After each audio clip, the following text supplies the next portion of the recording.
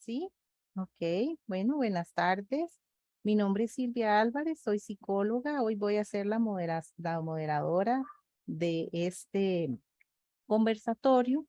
Justamente vamos a hablar sobre prevención del suicidio, un manejo desde la prevención. Vamos a contar con la grata presencia de la máster Helga Arroyo. Ella es académica de la Escuela de Psicología, es psicóloga del Departamento también de Orientación de Psicología de la Universidad Nacional. Muchas gracias, Helga, por acompañarnos y esperamos que hoy las personas que nos acompañan pues puedan aprovechar el conocimiento suyo sobre este tema tan importante y tan relevante para la población del país, pero principalmente por esta población estudiantil universitaria, que es una de las de más riesgo en el país. Muchas gracias. Buenas tardes. Buenas tardes, doy comienzo. Sí, Sí, bueno, muchas gracias a las personas que se han sumado a esta actividad el día de hoy. Agradecerle al Departamento de Orientación y Psicología de la Universidad Nacional esta invitación a nosotros en la Escuela de Psicología. Y bueno, tanto a las personas que están en el Zoom como quienes nos acompañan desde el Facebook, siéntanse la libertad de hacer las preguntas. La idea de este conversatorio es que sea un espacio ojalá muy dialógico, que podamos irnos nutriendo de este intercambio de saberes.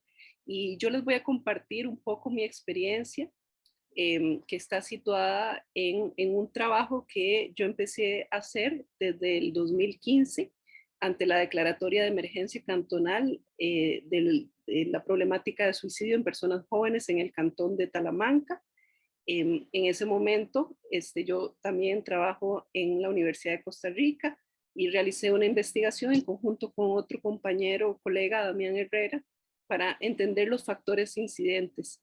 Y mucho de la experiencia que tengo alrededor de una clínica de atención del riesgo suicida nace de esta experiencia que no solo estuvo mediada por entender cuáles eran los factores incidentes, sino también cómo en medio de un contexto de tanta vulnerabilización y exclusión como lo es Talamanca, podíamos crear una acción comunitaria y colectiva que permitiera dar sostenimiento al sufrimiento psíquico. De este proceso se derivó la creación del programa preventivo Casitas de Escucha, que posibilitó en el 2018 que lográramos disminuir los índices de suicidio a la mitad en el cantón. También es algo que lo digo siempre con mucho orgullo, de este proceso que hemos venido realizando entre actores institucionales, organizaciones comunitarias, personas jóvenes. Logramos que se creara un decreto ejecutivo que hoy es de acatamiento obligatorio para todo el país, que dio el origen, el parto a las ILAIS y las IRAIS, que son las instancias locales que tienen que activar los procesos comunitarios para la prevención del suicidio. Entonces, en ese marco, comparto un poco estas reflexiones, situando que de entrada algo que quisiera problematizar, que voy a compartir, que es qué entendemos por salud mental a propósito del lunes que hicimos la conmemoración internacional del Día Mundial de la Salud Mental, y que bueno, y que desde, en el marco de la Universidad Nacional se han venido realizando diferentes actividades a lo largo de la semana, y es una actividad que se suma a estos procesos de toma de conciencia y también de entender la vitalidad de cuando hablamos de promoción de la salud, pero ¿de cuál salud mental estamos hablando? Entonces yo quisiera partir de esa problematización para situar como las claves de este proceso de acompañar el sufrimiento psíquico que les voy a proponer.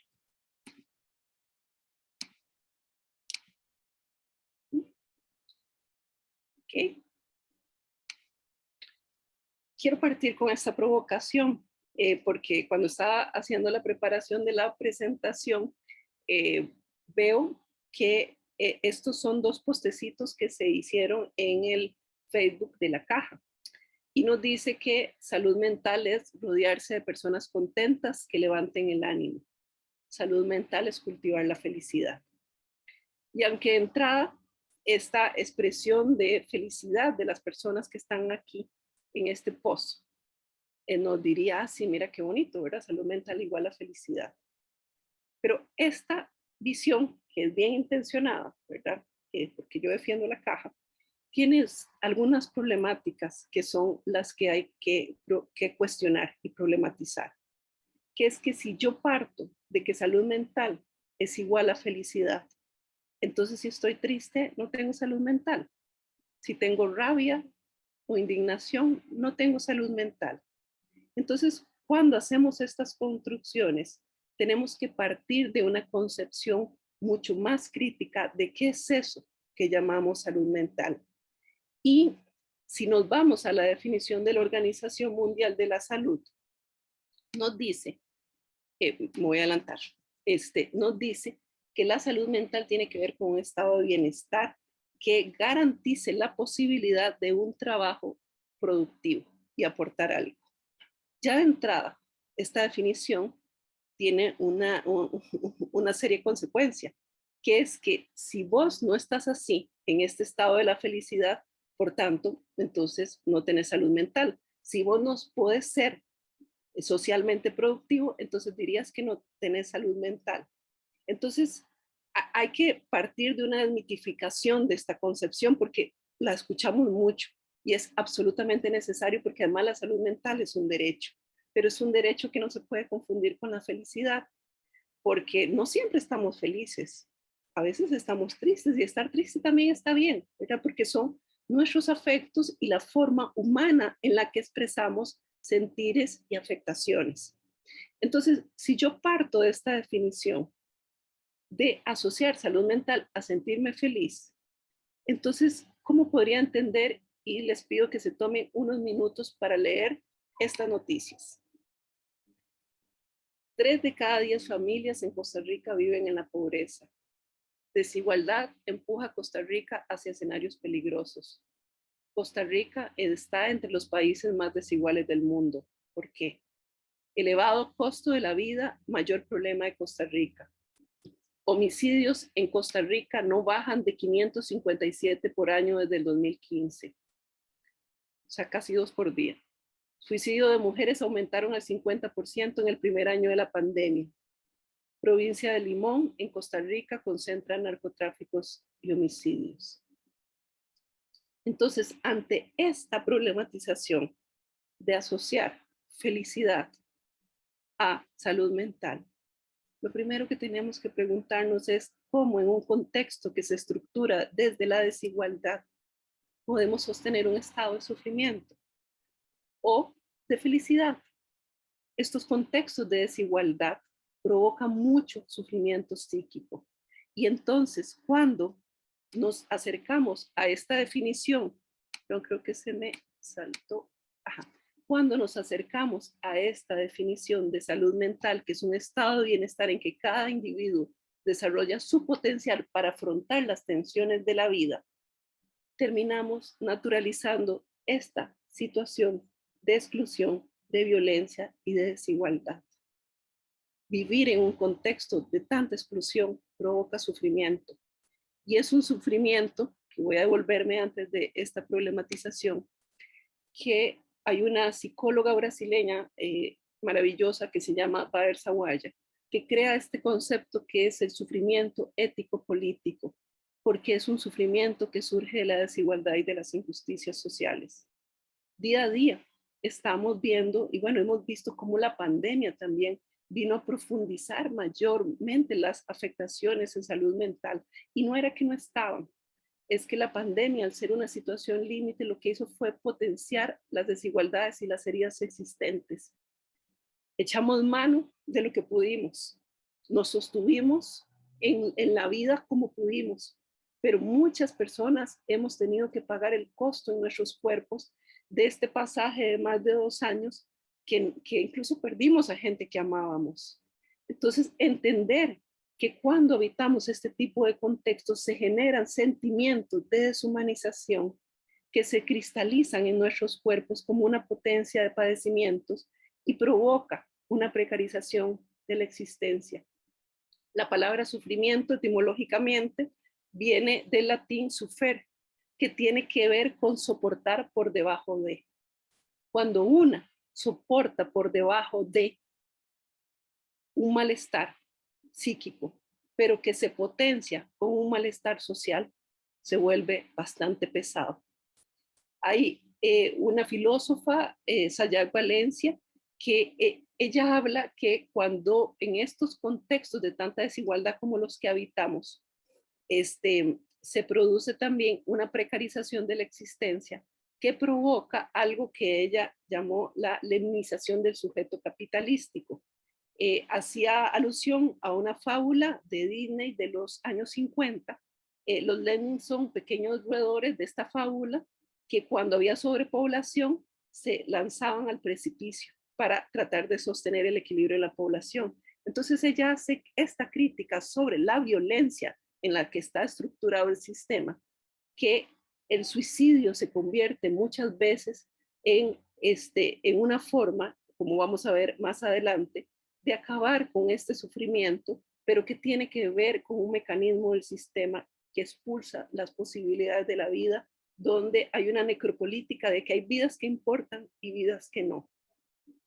Entonces, de entrada, vamos a partir en este conversatorio y de esto que quiero transmitir, en que esta definición nos produce una trampa.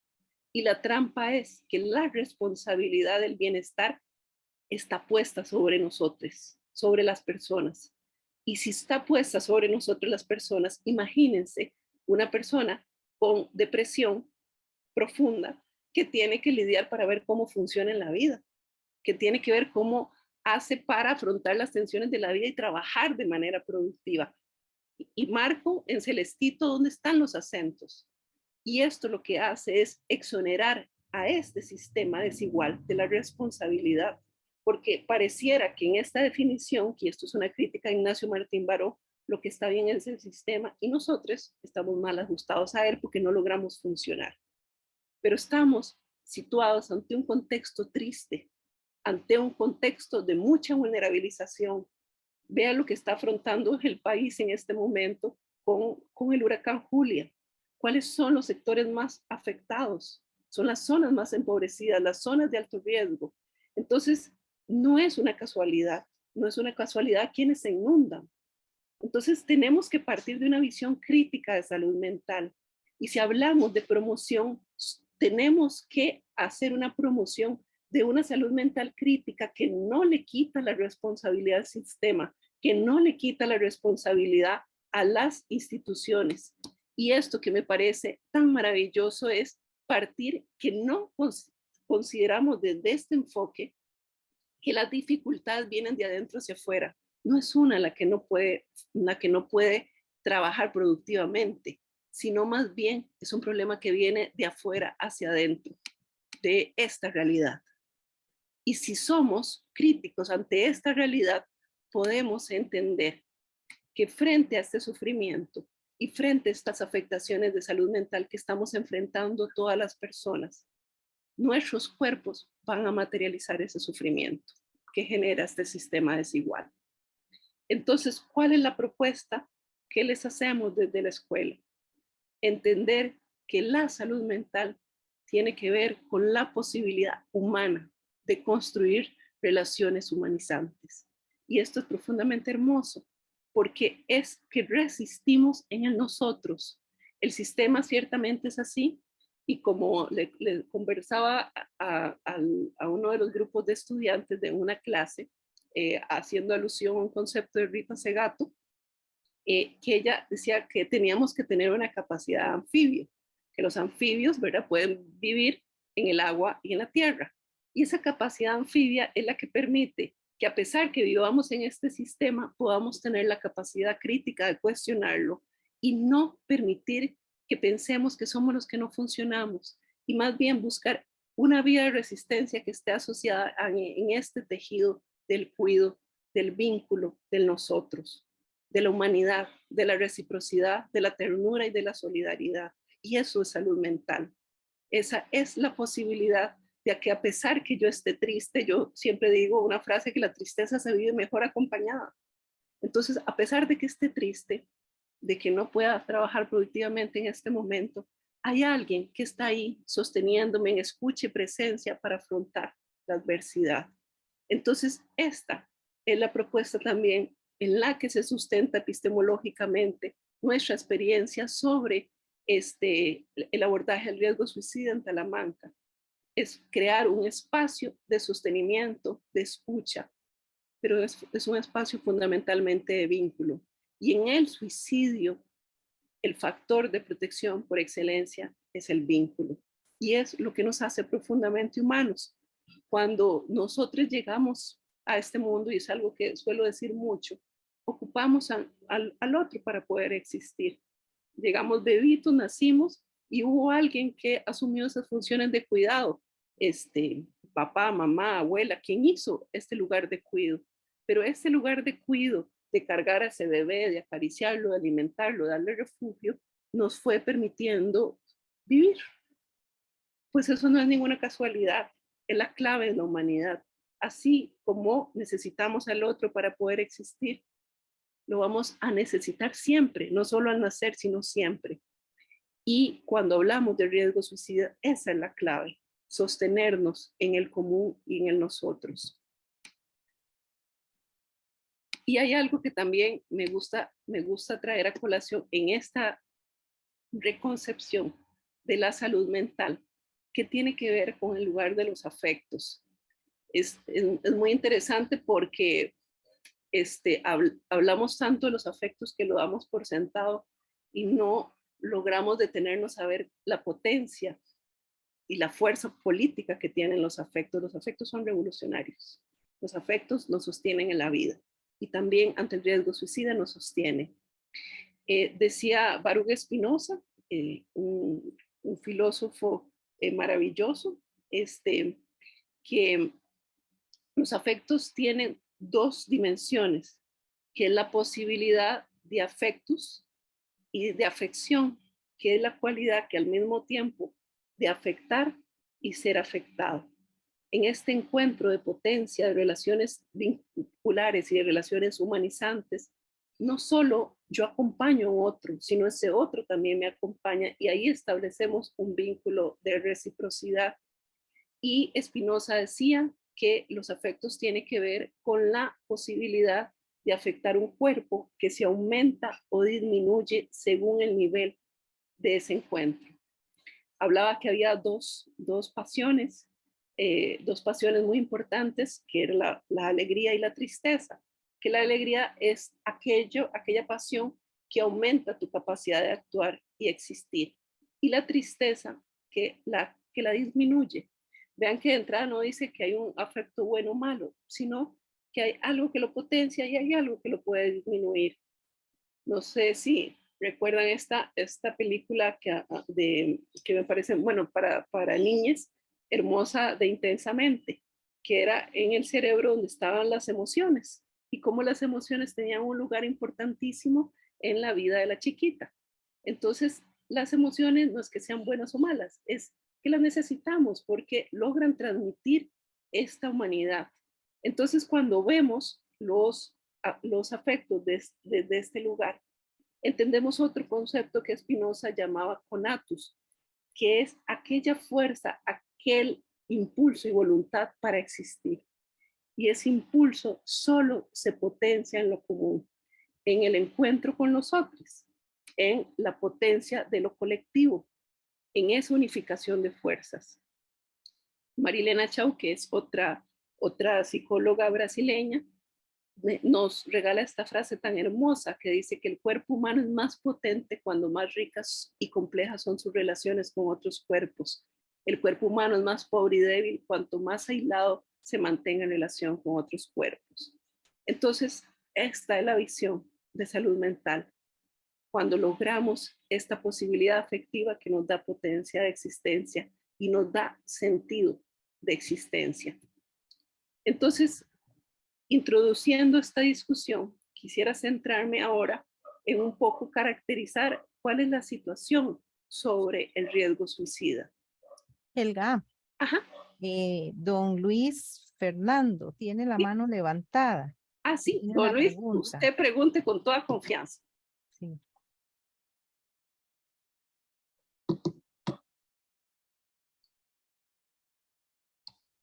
Don Luis. Don Luis, ¿nos escucha? Puede abrir el micrófono. Sí. Ahora sí. Ahora sí, sí, Luis. lo escuchamos. Sí. Bueno, yo lo que pienso es que a veces las situaciones de las personas, ¿verdad? En las familias, se ven muy afectadas por las cosas de la sociedad, las cosas de afuera, Ujú. como, como la falta de ingresos, la falta de trabajo, y todo eso pues deteriora el ambiente de la casa. Y eso pues hace que, bueno, que rompa la armonía y afectando más pues, a los más pequeños, a los chiquitos y a las personas adultas mayores.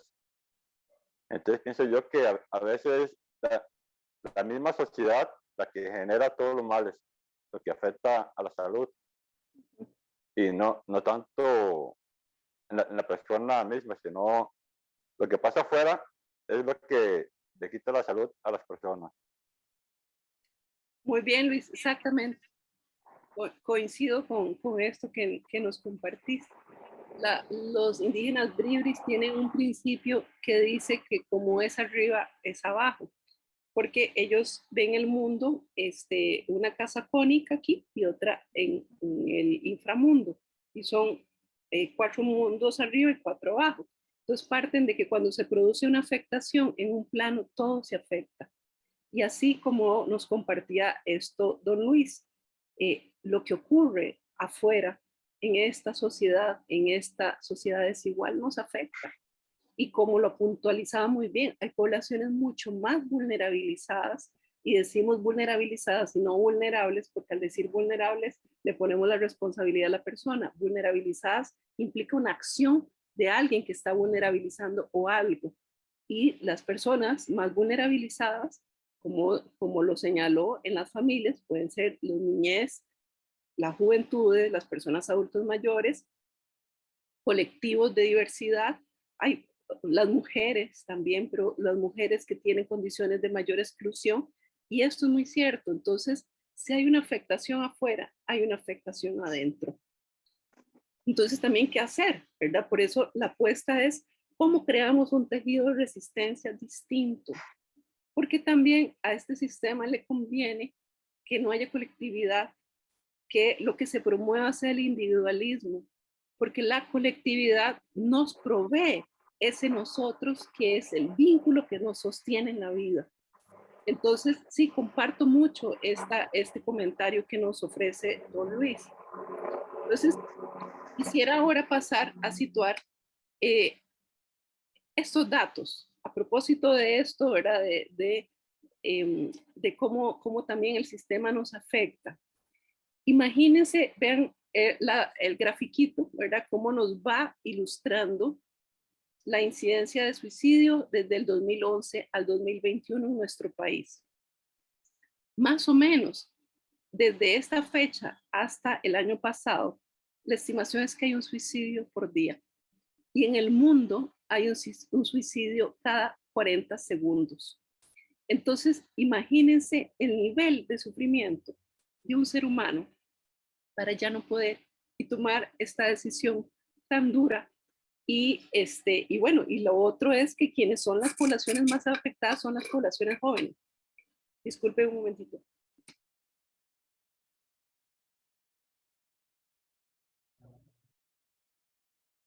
Y Helga, también hay algo que es importante tomar en cuenta en estas estadísticas, que generalmente hay un subregistro de estas estadísticas. Podrían haber muchísimos más. Muy importante lo que nos apunta Silvia, porque ha habido una labor muy importante de las instituciones de sensibilizar y concientizar en la importancia de reportar los casos para poder dar este reflejo de las estadísticas reales. Pero sí estoy de acuerdo con lo que señala Silvia, es muy posible que sea muy superior, ¿verdad? El último informe como que se consigue en línea de la OIJ, que es un poco viejito, es del 2016, donde se hace un estudio, una caracterización mayor de las personas de suicidio consumado, nos dice que las ocupaciones de las personas que predominantes son personas estudiantes, o sea, quiere decir personas jóvenes, personas desempleadas, agricultores y amas de casa. Entonces ya de entrada, estos datos nos hablan de una desigualdad y de un sufrimiento que se potencia en la desigualdad. Entonces sí, habría que hilar más fino para ver si hay un impacto probablemente mayor. Entonces, cuando hablamos de suicidio y de nuestra concepción y el abordaje que yo realizo es partir de un concepto de un suicidio desde un enfoque psicosocial. Y lo que nos habla de pensar en un enfoque psicosocial es entender que el suicidio es un continuo autodestructivo que produce una afectación psicosocial. Es decir, quien sufre no es solo la persona que tomó la decisión de matarse, sino las personas que estamos alrededor y sufrimos esta decisión. Es como una pirámide de radiación que produce una afectación mayor. Y es un continuo autodestructivo porque es como este dicho, el que decimos popular, la gota que derramó el vaso. En el suicidio siempre hay algo anterior a su manifestación. Entonces, las gotitas fueron hasta que el vaso se llenó y se derramó. Nunca es solo una cosa, siempre es multicausal. Y lo otro central de entender es que no es una patología, no es enfermedad y no es igual a depresión. La depresión es un factor de riesgo, pero no necesariamente porque una persona se suicida es porque está deprimida. Entonces, también hay que entender que es social y que a propósito de esta introducción y esta crítica que vengo tratando de proponerles, se reconstruye en un proceso de interacción singular de mi persona con el contexto. Y si vengo de un contexto violento y sufriente, ese sufrimiento también está en mi cuerpo. Entonces,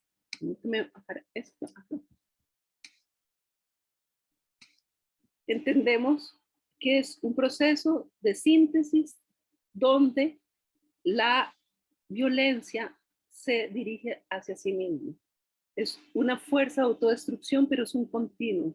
Nunca es una sola cosa, sino es un dolor que se fue acumulando, se fue gestando y se fue el vaso llenando. Por eso es tan importante que cuando alguien nos dice que no quiere vivir, escuchar esa voz, porque ahí hay una voz que está pidiendo ayuda. Si una persona pone en palabras su sufrimiento, en esta posibilidad de resistencia, en esta posibilidad de vínculo, podemos acompañar y hacer que esta historia se escriba de manera diferente y no desde la violencia y la destrucción. Es un mensaje de un profundo sufrimiento y que implica una ambivalencia de querer quitarse la vida y querer seguir viviendo al mismo tiempo. Entonces entendemos que cuando hablamos de suicidio no es un acto para acabar con la vida, sino para acabar con el sufrimiento. Entonces, si es un acto para acabar con el sufrimiento, ¿no les parece que la posibilidad de sostenernos en los vínculos y en los afectos es la vía para escribir una historia distinta? Cuando hablamos de sufrimiento psíquico, es un sufrimiento, el psiquismo, ¿verdad? Es como el sufrimiento que nos habita por dentro, ¿verdad? Entonces, hay dos dimensiones de este sufrimiento.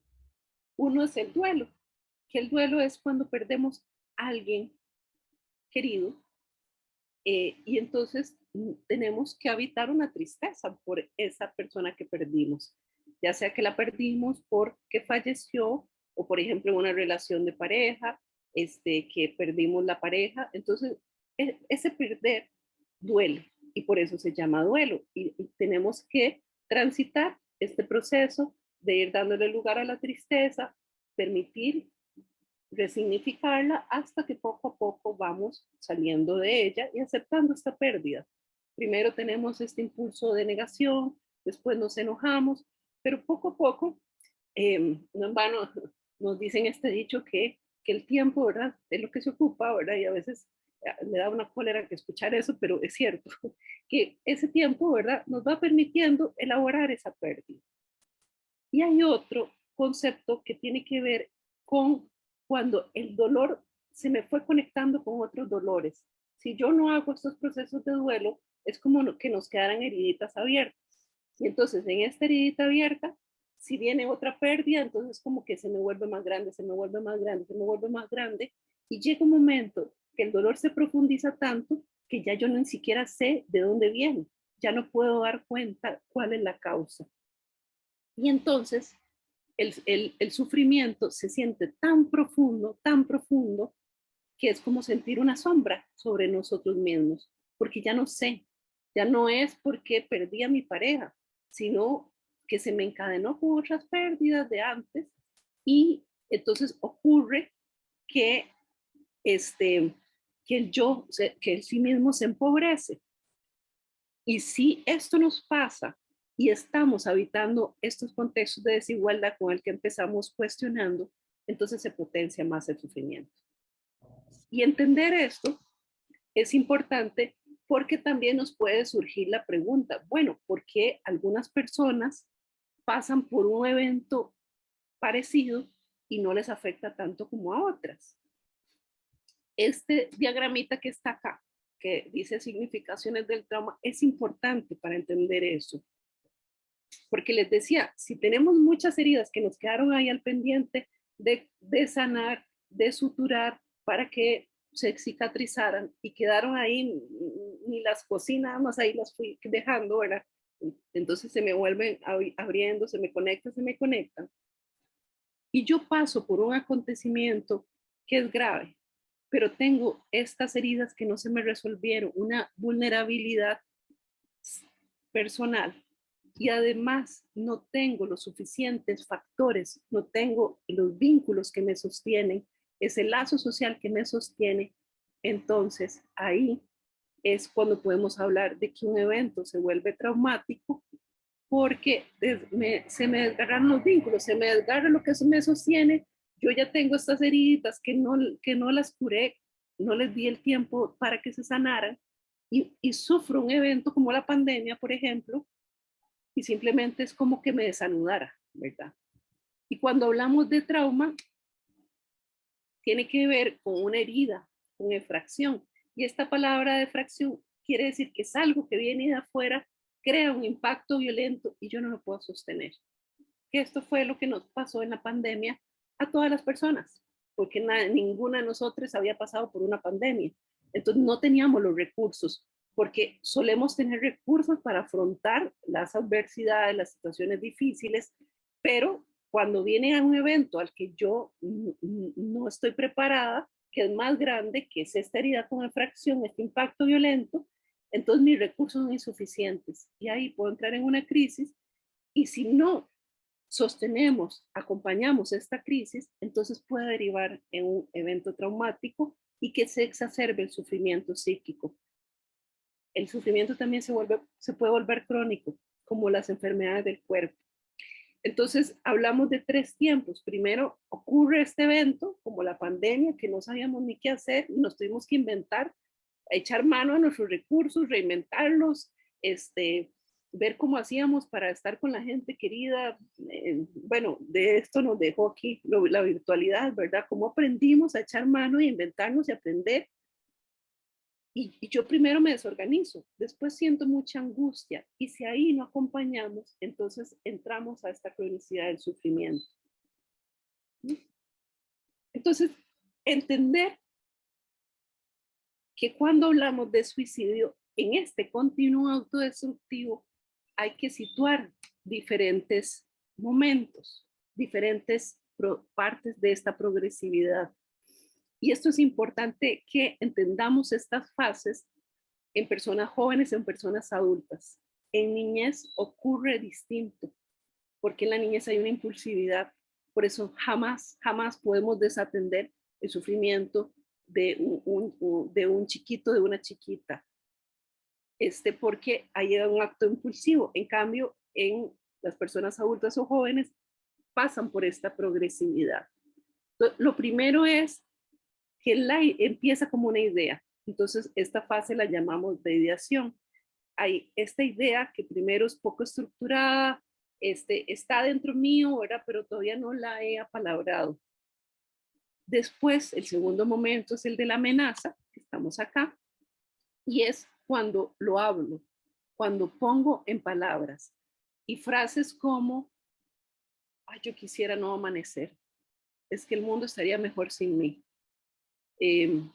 Yo no quiero vivir, vivir es una cosa muy aburrida. Estas frases no se desatienden, porque en el momento que un ser humano las pronuncia para ser escuchadas. Si yo las pongo en palabras, o sea, primero estaba en la fase de ideación, está aquí en mi mente, pero cuando pasan a la amenaza es porque en la palabra hay una búsqueda de un otro que me escuche. Por eso es clave que si alguien no dice que no quiere vivir o que la vida estaría mejor sin ella, le escuchamos y le ofrecemos esta posibilidad de no desde los consejos, sino en la posibilidad que ella nos diga en palabras cómo se siente y decirle, te escucho, ¿qué pasa? ¿Por qué decís esto? Escuchar qué es lo que nos quiere decir y buscar ayuda. Porque en el caso del riesgo suicida se necesita un acompañamiento profesional. Y dependiendo del nivel de riesgo, el acompañamiento tiene que ser sistemático y sostenido. Que eso es una dificultad que tenemos también, tristemente, y por la demanda también de servicios que tenemos a nivel de salud, porque el abordaje del riesgo suicida no es igual a otros acompañamientos terapéuticos. Requiere una presencia sistemática, un estar ahí a la semana siguiente y una sistematicidad que muchas veces hay que atender a las personas 2 veces por semana. Y es estar ahí, esa presencia, ese rostro que te dice, yo te acompaño en la vida, no te acompaño en la muerte. Aquí vamos buscando aquellas cositas pequeñas que sostengan la vida. Yo utilizo mucho y en el trabajo clínico esta metáfora que les digo mucho a mis pacientes, que los seres humanos somos como una olla de presión en la que hacemos los frijoles. Claro que tengo una sobrinita que vive en Argentina y me dice que ella no sabe cómo son las ollas de presión porque allá no hacen frijoles. Pero bueno, por dicha nosotros sí sabemos. La olla de presión tiene una válvula y la válvula es la que permite sacar el vapor y ese vapor hace que los frijoles se cocinen y que todo marche bien. Si le quitamos la válvula a la olla de los frijoles, lo que pasaría es que explota. Entonces nosotros como seres humanos ocupamos una valvulita que nos permita ir sacando el vapor para que no se vaya acumulando un malestar. Entonces, ¿qué son esas válvulas? Son muchas cosas y son singulares. Las palabras es de las primeras válvulas. Cuando decimos que nos sentimos tristes, cuando decimos que algo te afectó, poner en palabras lo que nos duele, lo que nos entristece, lo que nos alegra, es esa valvulita de la olla de presión. Pero hay muchas otras y son singulares, ¿verdad? Porque también a veces no lo puedo poner en palabras, pero lo puedo dibujar, lo puedo pintar, puedo escribir una canción, puedo escribir una poesía. La escritura es una válvula que a mí me encanta. Puedo hacer ejercicios. Entonces son formas de hacer que la olla de presión tenga válvula.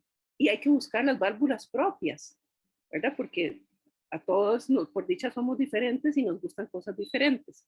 Pero entonces, cuando una persona, volviendo a las fases, pone en palabras que no quiere vivir,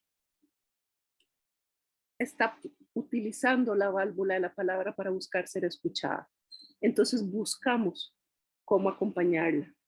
Si lo desatendemos, no le damos importancia, la progresividad del continuo autodestructivo sigue incrementando y el siguiente paso puede ser el gesto. Entonces, el gesto podría ser un cutting, ¿verdad? Cuando las personas se cortan, Entonces hay una marca que se pone en el cuerpo para tratar de tramitar ese dolor porque la palabra no está siendo suficiente, porque es una palabra que no está siendo escuchada. Y cuando hay este gesto, este es una comunicación de un mensaje que anticipa un acto. Y aquí, si vemos que una persona ya tiene un plan, por ejemplo, que hay una persona que te diga, no, yo ya no quiero vivir, yo he pensado que si me tomo unas pastillas, aquí ya la persona está pensando un método.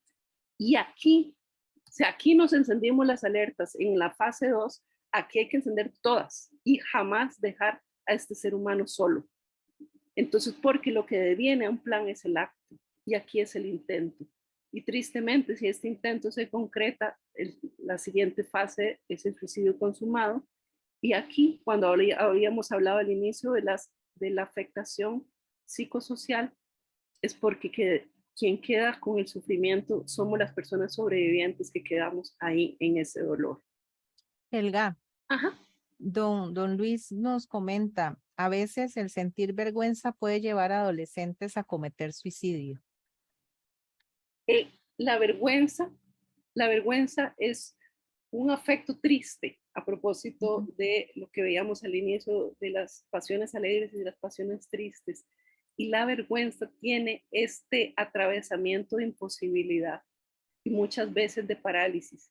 Por eso es tan importante en un momento de la adolescencia donde una está descubriendo quién es, quién quiere ser, quién puede ser, su autoimagen, qué se gusta, no se gusta, desde las figuras de afectos, desde las figuras importantes, primarias, papá, mamá, persona cuidadora, los pares, tratar de fortalecer esa autoimagen, porque la vergüenza puede escalar. No necesariamente se puede suicidar por vergüenza, pero la vergüenza es un sufrimiento que paraliza.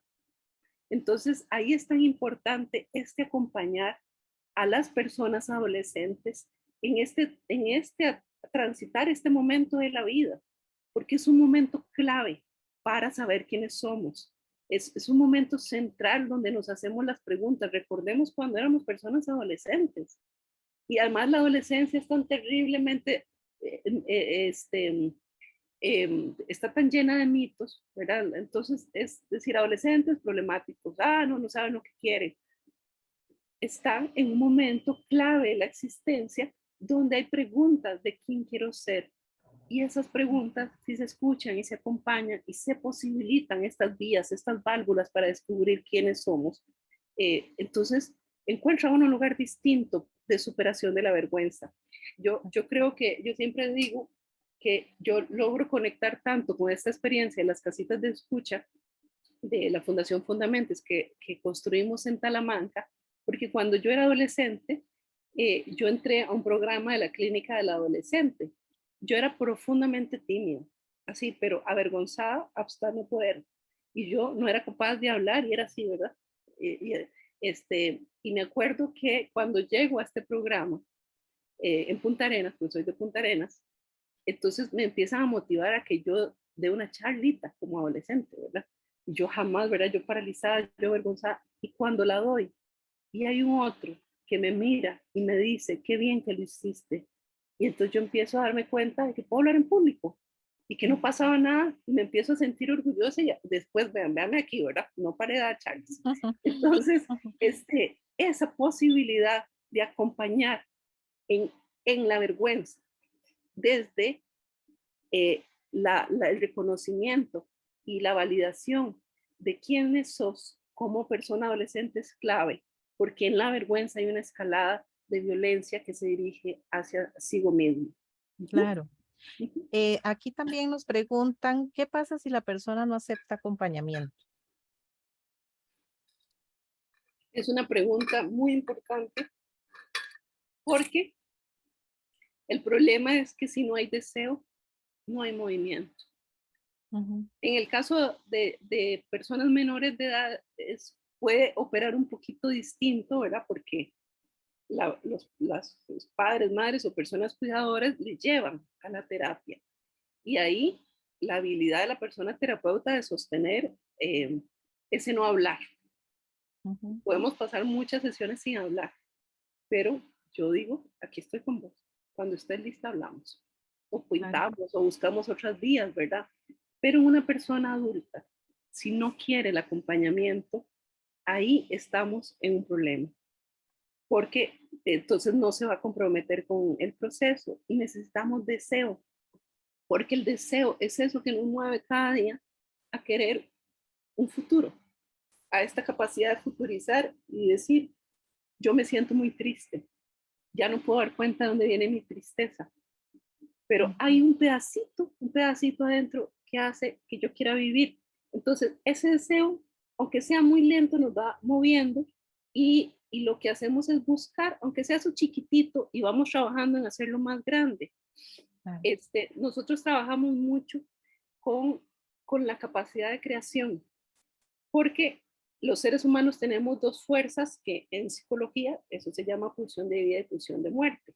Esas dos fuerzas, como el día y la noche, como el yin y yang, las ocupamos para vivir. Pero cuando hay alguien que tiene mucho sufrimiento, esa pulsión destructiva está muy elevada y la pulsión creativa está muy despotenciada. Entonces, lo que hacemos en nuestro trabajo clínico no es reprimir esta pulsión, sino elevar la creación y naturalmente la fuerza destructiva baja. En la medida que yo elevo la fuerza creadora, esta fuerza se potencia y la otra baja.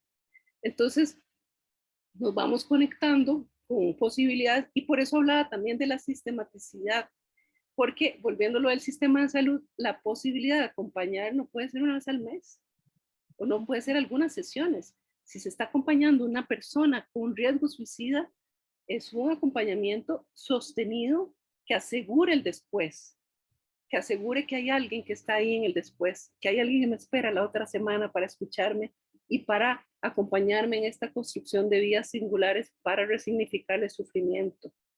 Y Ujú. personas con depresión profunda, incluso, como les decía, hasta 2 veces por semana. Ujú. Y este es un reto, por eso es una clínica distinta, porque es una clínica de la sistematicidad. Y en el caso de las casitas, nuestro otro acierto es, no era solo el acompañamiento clínico, sino el acompañamiento colectivo. Y el vínculo con otras personas jóvenes, con niños y niñas, ¿verdad? Que iban a la casita, que hay un ofrecimiento de un lugar domiciliado en mi comunidad, donde a pesar que yo no me la pase también en la casa, puedo ir la semana siguiente y los chiquillos siempre están esperando el día que les toca la casita, porque se convierte en un espacio para imaginar, un espacio de creación, un espacio de futurización. O sea, entonces yo veo que otra vida es posible. Entonces no Claro. solo acompañamos clínicamente, sino también en la casita trabajamos en 3 ejes muy lindos, porque uno es el acompañamiento clínico de poner las palabras al dolor. Otro es el acompañamiento educativo, que es soñar este proyecto de vida y construirlo. Y otro es el eje creativo, que es crear desde el arte otro lenguaje posible para poder ir tramitando lo que yo voy sintiendo. Entonces, esto por eso se los comparto y se los comparto no solo desde la experiencia que desarrollamos en Talamanca, y bueno, ahora hay 13 casitas de escucha de la Fundación Fundamentos. No solo están las de la zona Caribe, también hay en Pavas, en Alajuelita, se pueden meter y buscar en la página de la Fundación Fundamentos, porque se hace un trabajo maravilloso de acompañamiento a las personas jóvenes. También tenemos las casitas juveniles, que son para personas que no estudian ni trabajan, entonces ver cómo podemos reconstruir este proyecto de vida a través, ya sea de volver al sistema educativo o de buscar un trabajo. Entonces, esta apuesta que tenemos y que es un modelo además que creó la doctora Laura Chacón, ella dice, ella es profesora catedrática de la Escuela de Psicología de la Universidad de Costa Rica, y ella dice que ella creó este modelo por necesidad y por envidia. Por necesidad, porque quería trabajar una apuesta comunitaria distinta y que pudiera responder a las necesidades de la comunidad. Y por envidia, porque ella estudió su doctorado de psicopatología en Francia. Y en Francia, en cada barrio, había un centro comunitario donde llegaban las personas jóvenes y las personas con padecimientos en salud mental. Entonces, de ahí nace ese modelo desde el 2005 y bueno, particularmente en el 2017, yo hago el proceso de fundación en Limón y Talamanca, que ahí sí tenía un carácter más claro de clínica de riesgo suicida, porque en las otras casitas no necesariamente, ¿verdad? Pero entonces hemos entendido que la forma de acompañar el sufrimiento, la forma por una apuesta de salud mental es el vínculo. Y ahí está la clave. Además, yo suelo decir también, porque a veces pensamos que la escucha es que solo pueden escuchar las personas profesionales en psicología, o las personas en orientación, o las personas de los colegios que están preparadas para esto, pero la escucha es un valor humano. Lo que pasa es que no nos la promueven, pero todas las personas podemos escuchar. El riesgo suicida necesita una escucha especializada, pero antes de eso, yo puedo escuchar y ofrecer una escucha sin juicios, porque también solemos querer escuchar diciendo y aconsejando las cosas que me pasaron a mí o dando la respuesta. No, es una escucha sin juicios, es una escucha de presencia que está ahí. Y es ahí, Helga, donde muchos padres de familia consultan, ¿verdad? Es que yo no sé qué hacer, yo me siento imposibilitado, no lo puedo ayudar, ¿cómo puedo ayudar? Y yo también siempre les digo, es que desde la escucha es escuchar, no juzgar, no dar sermones, no dar ejemplos, ¿verdad? No ser yo ejemplo, Sí, ni dar no sé, como comentarios de otra persona hizo esto, hizo lo otro y usted no pudo, ¿verdad? Es más difícil, es más fácil escuchar que hablar, incluso para los papás. Ese acompañamiento de aquí estoy, exacto. simplemente aquí estoy y lo que necesites y para lo que necesites, aquí voy a estar. No estás solo. Sí, Y sí, es entender que muchas veces es este grito de auxilio que están diciéndonos las personas en riesgo es solamente eso, una escucha lo que necesitamos. sí, sí. Y una escucha, así como lo señala Silvia, que no desvalorice, porque también a veces en la experiencia con personas adolescentes, a propósito de lo que señalaba Luis, en la experiencia con personas adolescentes, los papás o personas cuidadoras suelen decir cuál es el sufrimiento válido y cuál es el sufrimiento inválido. Y una persona adolescente o cualquier ser humano, su sufrimiento es singular. No hay un sufrimiento más que otro, menor que otro. O eso es como, eso no es nada, ahorita se te pasa de las peores cosas. O sea, a esa persona eso le está doliendo. Mi pobre madre, doña Tere, siempre se queja que comparto este ejemplo, ¿verdad? Que era cuando yo tenía 15 años, me rompieron el corazón.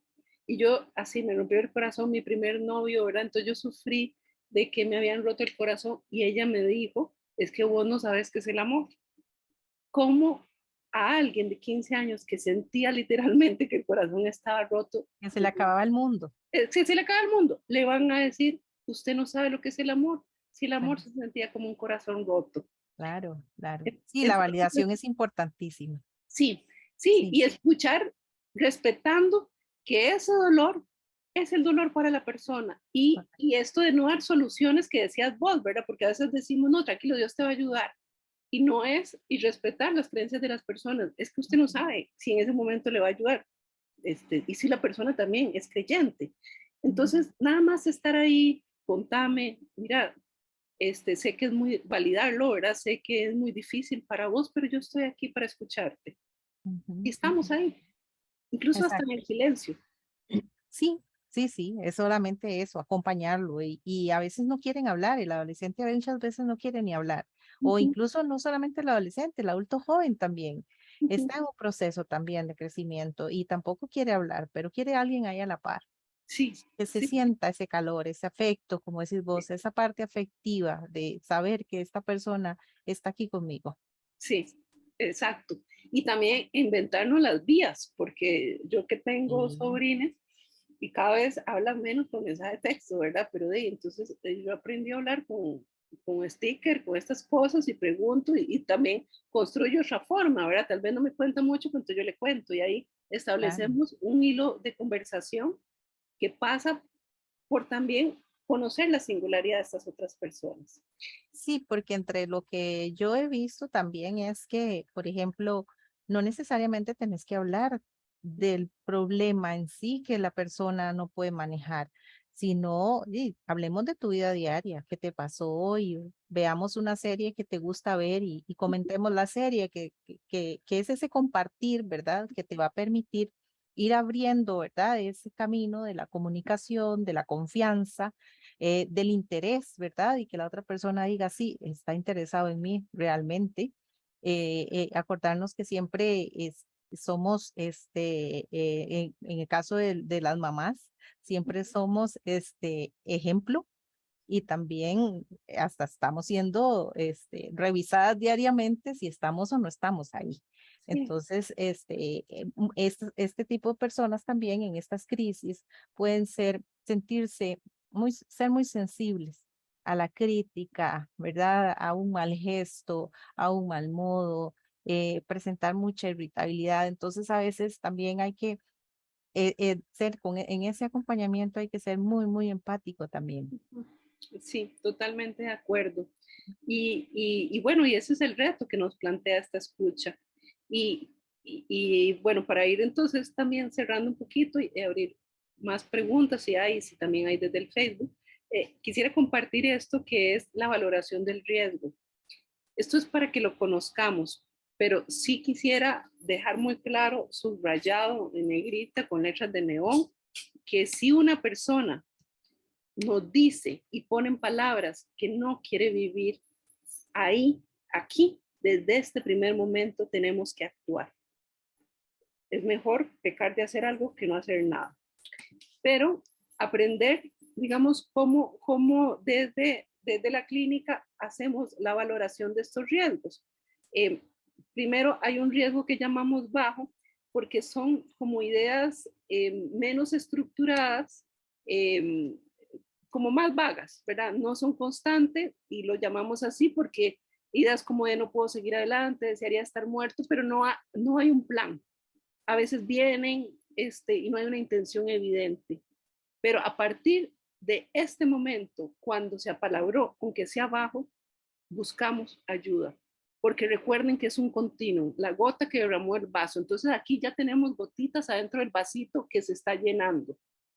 Luego hablamos de un segundo momento, que es un riesgo moderado, que ya hay una ideación más estructurada, es poco frecuente, fugaz, no hay plan, pero hay factores de protección.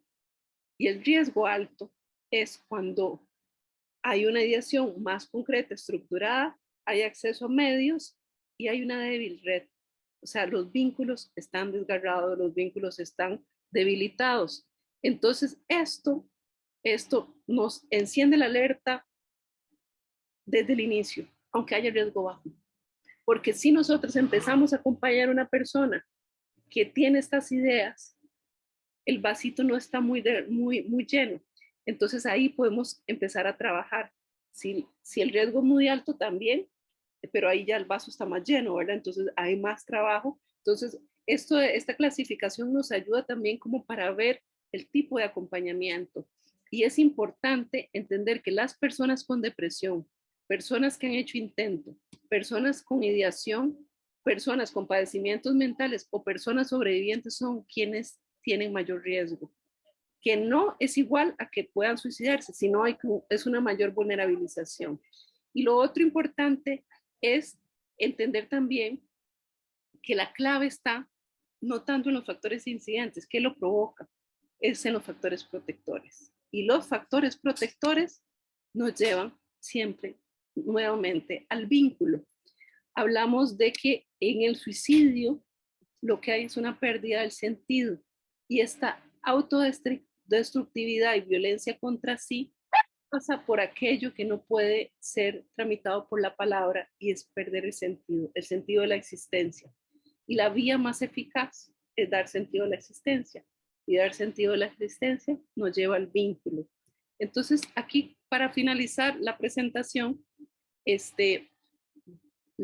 la forma de acompañar está en los afectos. En esta escucha, como también les hemos compartido con Silvia, como algunas claves de cómo escuchar.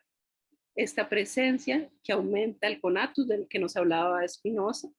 Y lo primero que tenemos que hacer es preguntar, ¿cómo estás? A veces la persona no quiere hablar, entonces, no, nada, no me pasa nada. No puede decirle, sé que me dijiste que no te pasa nada, pero yo te veo triste y no te veo bien. Entonces quiero que sepas que aquí contás conmigo y estoy aquí. Y esto que decía decir, bueno, entonces veamos una película, pero estás ahí en presencia.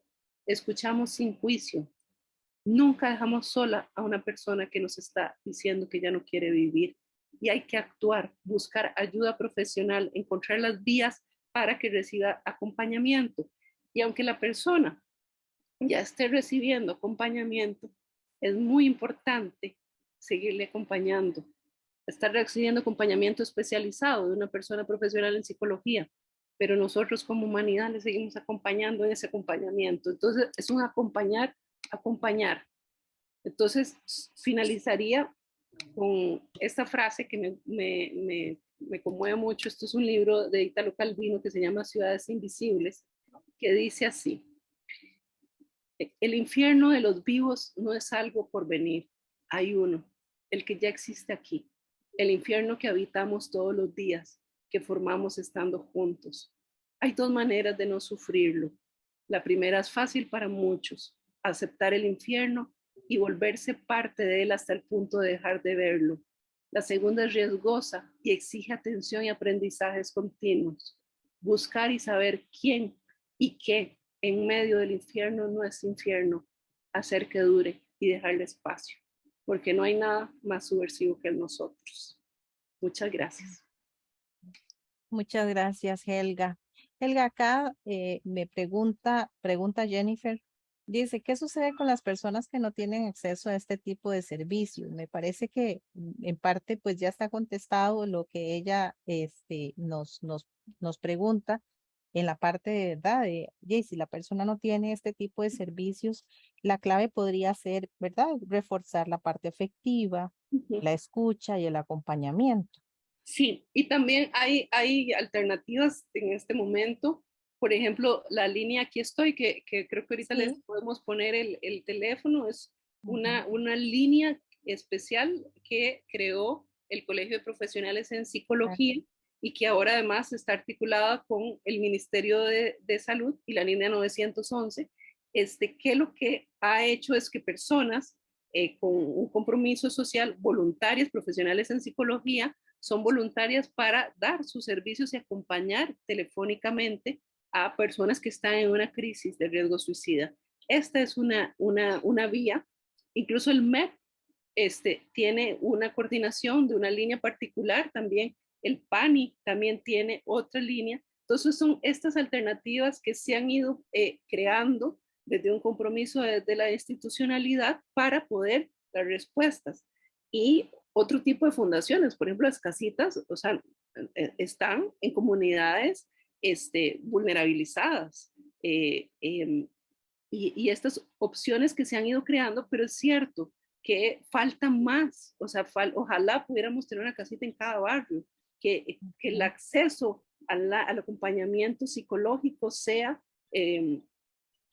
una alternativa para todas las personas, pero existen posibilidades de compromiso de acompañamiento. Pues también están los centros de atención clínica de las universidades, que algunas universidades las tienen y esperamos que la Universidad Nacional también la tengamos pronto, más dirigida a la comunidad.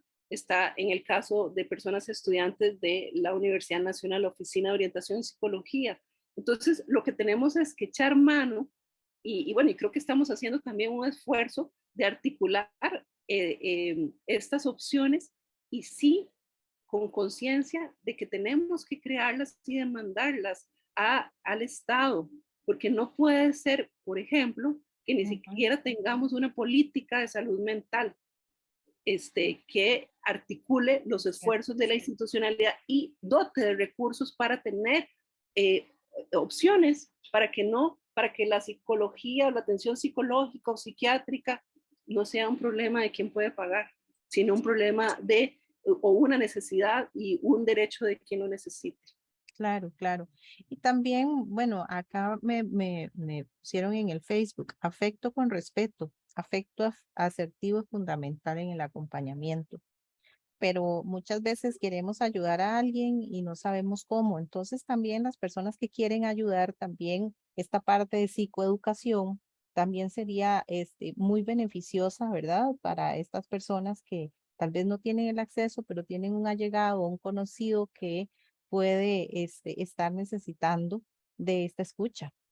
Sí, sí, incluso la organización que ha preparado las actividades de la Oficina de Orientación y Psicología de la Universidad Nacional, ¿verdad? También está encaminada a cómo generar una promoción de la salud que apunte a esta posibilidad vincular y también que vayamos psicoeducativamente aprendiendo, como decís, bueno, cómo damos ese afecto, cómo escuchamos, cómo también me permito esa escucha y no atemorizarme por lo que me va a Sí, decir, sí. ¿verdad? Ujú, sí, sí, sí, porque en realidad muchas de las personas que se acercan también traen muchos mitos, ¿verdad? Entonces empezar por esa parte de desmitificar, de no sentir este miedo, ¿verdad? De qué va a pasar y si pasa, ¿verdad? Hasta dónde la persona puede ayudar y ayudarse también a sí mismo, es fortalecerse también emocionalmente para poder dar esta contención. Sí, ahí yo creo que sí es vital, que bueno, yo no toqué tanto lo de los mitos, pero como apunta Silvia, hay muchos mitos en torno al suicidio. Ujú. Pero por eso, o sea, para cortar, podar esos mitos, lo Sería primero, como no un dudar. conversatorio de 3 días. Esa es otra charla, pero lo primero es no dudar. Si una persona te dice que no quiere vivir, no dudamos, no la dejamos sola. Es, este, te lo está diciendo porque lo tiene que poner en palabras, porque es, no, me está manipulando. No, como Ujú, les dije, es mejor pecar de hacer mucho que de no hacer nada. claro, y a nivel de instituciones, Helga, aparte de este movimiento que ha hecho el Colegio de Psicólogos, el PANI que tiene esta línea también, me parece que las universidades también se han estado moviendo un poquito más. Y creo que el decreto, ¿verdad? Que es creación talamanqueña, el decreto del Ejecutivo que da el paso de las ILAIS y las IRAIS, nos da Sí. otro comienzo y otro brazo y otro músculo para trabajar también desde las comunidades eh, y ver cómo se articulan estos esfuerzos y cómo aprendemos también a hacerlo diferente y también Ujú. cómo sensibilizar, porque como vos dijiste al inicio, en el caso de la Universidad Nacional, y ahora no sé si las compañeras de la oficina pueden dar cuenta de eso, o sea, el nivel de afectación también de las personas estudiantes de nuestra universidad es muy alto. O sea, la Sí, pandemia nos ha pasado sí, una factura altísima, altísima. sí, sí, sí. Acá nos comentan, buenas tardes, yo soy sumamente depresiva y siempre quiero estar muerta, pero no quiero sufrir con mi muerte. Ya he intentado con pastillas, pero no lo he logrado. Es muy difícil la vida, pero yo creo que Dios aún no me permite que muera. Yo creo que por ahí se ve la ambivalencia también. Sí, pero qué dicha que estás aquí. Qué No sé dicho. cómo te llamas, pero qué dicha que estás aquí. Y esa fuerza que te da Dios, este, hay que seguirla cultivando y ojalá también puedas buscar alguna posibilidad de acompañamiento terapéutico para, para poder ir dándole otro sentido a ese sufrimiento tan grande que estás sintiendo. También te agradezco mucho por compartirlo y por seguir en la vida. Claro, y entender que también esto también podría ser tener temporalidad, ¿verdad? Sí, sí, Y un poco más de esperanza también de que con ese acompañamiento y esa fe que tiene pueda salir adelante. sí. Y no También renunciar a la esperanza. no renunciar jamás. Sí, también nos comentan aquí, yo si soy una persona vulnerabilizada que ya ha intentado suicidarse y todavía tiene ideación suicida, en las etapas de planeación, ¿puedo acceder al servicio de atención psicológica de la universidad como servicio de emergencia? Tal vez las compañeras, Sí, vamos a ver si tal vez acá nos contestan. Por acá también nos pregunta, los funcionarios no nos dan atención psicológica. Y aquí sí nos pudieron que pueden consultar con salud laboral Ujú. para los funcionarios de la Sí, universidad. pero en el caso del estudiante diría que por supuesto, pero no Sí, quisiera contestar yo tal vez alguna de las compañeras de la oficina que pueda que nos pueda decir esta parte contarle la vía del de servicio de emergencia que está sí, solicitando. Viviana. Hola, sí. Hola, Bueno, definitivamente sí, tenemos el servicio para estudiantes y sí hay servicio de emergencia. Tenemos el protocolo de activación 911. Cualquier persona en la universidad que conozca de otra persona que esté en algún tipo de riesgo suicida, sean pensamientos, ya tenga plan o que esté en una etapa más crítica ya de gesto suicida, tiene la obligación de reportarlo al Departamento de Salud y al Departamento de Psicología. Y nos encargamos entonces de darle la atención de emergencia, pero la persona que tenga el primer contacto debe hacer contacto con el 911 para garantizar la vida de esta persona que está en riesgo. Le damos una valoración de urgencia y de ahí es posible que la tomemos de inmediato para la atención psicológica o que busquemos cómo hacer la referencia respectiva al sistema de salud o incluso en la misma universidad se le puede atender, pero sí tienen la posibilidad de recurrir a nosotros. gracias, Vivian. Y yo tal vez, Silvia, creo que sería importante y para la persona estudiante que está haciendo este pedido de auxilio, poderle poner el teléfono para que pueda comunicarse o el correo. Creo que es mejor el teléfono. Ujú. Viviana, sí. Sí, no sé si todavía estoy, ok, ya no estoy silenciada. Sí, bueno, el teléfono del departamento es 2277-3199. Pueden acceder a ese número.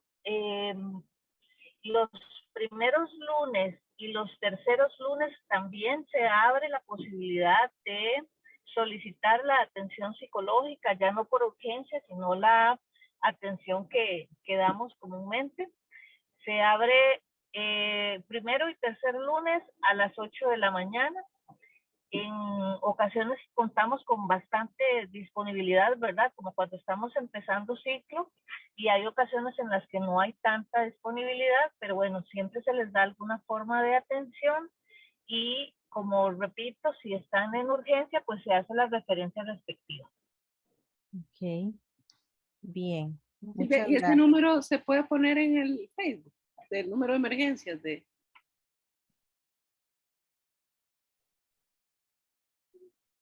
Tal vez, Ana Jan, si se puede poner en el Facebook. En el Facebook, que se Ah, puede. Porque la pregunta sí, fue por buenas el Facebook. tardes. Ajá. Buenas tardes. Bueno, aquí en el chat del grupo donde estamos reunidas con ustedes, estoy anotando indicaciones básicas para la universidad y voy a entrar en el Facebook contacto con 911, que es lo que procedería ante una situación para el país en general si fueran personas ajenas a la universidad. Ujú. Ok, gracias, Anita y Vivi. Acá también nos preguntan, ¿podría explicar un poco más sobre que las personas no se suicidan solo por estar deprimidas? Sí, que cuando hablamos de una depresión, tal vez es que popularmente decimos que estoy deprimida, ¿verdad?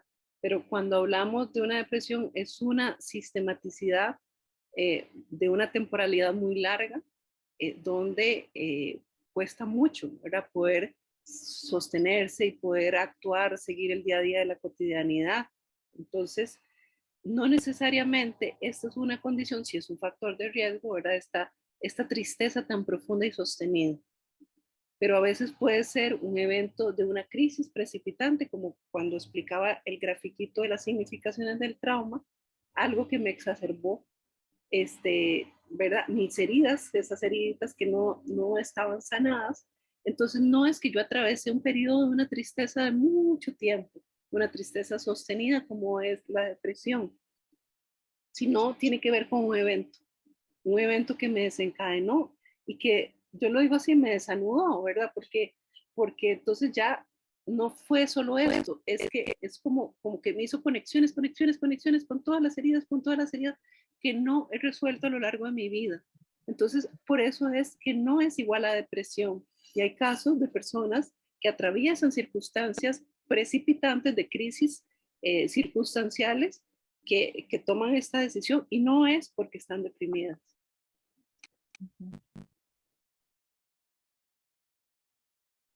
Acá don Luis nos hizo una pregunta de un formulario. Don Luis, ¿nos puede indicar a qué se refiere con un formulario? Sí, es que, bueno, alguien compartió allí en el chat, llenar el formulario Ok. sobre esta reunión y Ya bueno, lo estoy viendo. necesito permiso. Sí, sí, ya lo estoy viendo en el otro chat. Sí, es sobre el evento en particular.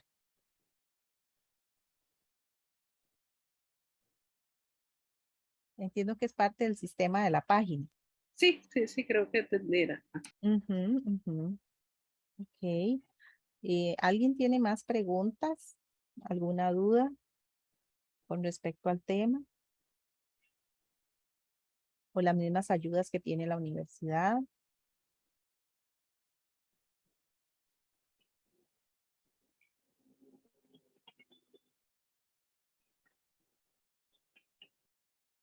Parece que no tenemos más preguntas, Helga.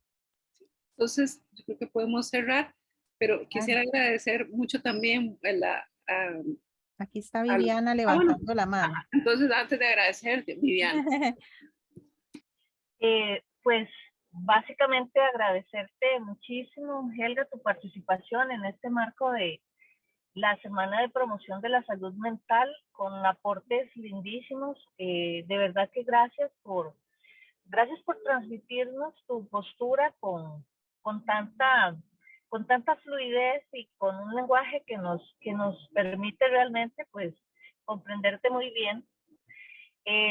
Quisiera agregar únicamente a todo lo que aportaste también pues la importancia de recalcar esa necesidad de volver otra vez a la comunidad, a formar esos lazos. El martes hablábamos en el foro de discusión sobre cómo hacer un eje transversal la política de promoción de la salud que tienen las universidades públicas y pues básicamente la principal conclusión era esa, es volver a crear esos tejidos colaborativos que no nos dejen en esa desesperanza de creer que ya no se puede cambiar, que no hay nada por hacer, que no tenemos salida, ¿verdad? Lo hablas vos a partir de los vínculos, a partir de esas relaciones y relaciones cercanas, pero que también podemos extender más allá a nuestras comunidades, a los ámbitos de trabajo, lo que puede hacer una persona, ¿verdad? Cuánto puede colaborar eso, que ni se imagina uno a veces unas palabras, a veces simplemente estar ahí al lado de alguien en silencio o a veces solo escuchar, cuánto ayuda todo eso. Entonces, de mi parte, pues sí, repensar esto, ¿verdad? De la cuestión de la salud mental, no como una responsabilidad únicamente individual, sino como producto de toda la colaboración que podamos tener, porque esos factores externos, socioeconómicos, también inciden muchísimo en la salud mental. No es solamente responsabilidad del individuo, sino también de todos estos actores sociales. Muchísimas gracias, Helga, y también muchísimas gracias a todos los participantes. Y pues solamente, y buenas tardes. Buenas tardes. Ana Yancy tiene la mano levantada también. Y muchas gracias, reitero mi agradecimiento a Helga, a Silvia por su valiosa participación, sus conocimientos y experiencia, y no nos podemos ir sin extender el agradecimiento a Cinia Castillo Bolívar, que tan amablemente nos ofrece la transmisión, nos colabora en la transmisión, Y un abrazo a todos los asistentes que demuestran con su presencia hoy esa sensibilidad hacia su propia salud mental y la de las otras personas con quienes conviven. Muchísimas gracias. Con mucho gusto, Anita. Aquí tenemos una última pregunta que acaba de llegar.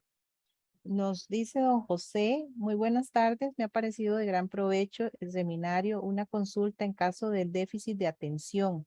Si una persona la presenta, se ve con vulnerabilidad con el suicidio. Y si la situación de bullying en una persona con pensamientos suicidas, ¿cómo se podría acompañar o dar apoyo? Y en caso de no tener el alcance de estas ayudas. Don José, Don José. Don José, bueno, muchas gracias por su pregunta. En realidad, el déficit atencional es una manera distinta de aprender y de ser, ¿verdad? Donde lo que a una le llama la atención son las cosas que le llaman más la atención. Lo que pasa es que muchas veces también dentro del sistema educativo, y como se atiende tanta gente, esa posibilidad de potenciar lo que a uno le llama la atención, pues no se desarrolla tanto. Y entonces uno tiene que intentar adaptarse, ¿verdad? A ver cómo se adapta a esta forma del sistema. Pero el déficit de atencional no es un factor de vulnerabilidad o de vulnerabilización, es una forma diferente de aprender y de ser. Pero el bullying sí es un factor de riesgo. Es un factor de riesgo porque está impregnado de una violencia. Y a propósito de lo que señalaba Luis con la vergüenza, cuando esta violencia está ahí en los centros educativos, que debería ser un lugar de potencia y de crecimiento, y te maltratan, te humillan y te violentan, eso es un factor de riesgo. Entonces, ¿qué hacer? Porque volvemos como a la segunda lámina de la situación de desigualdad.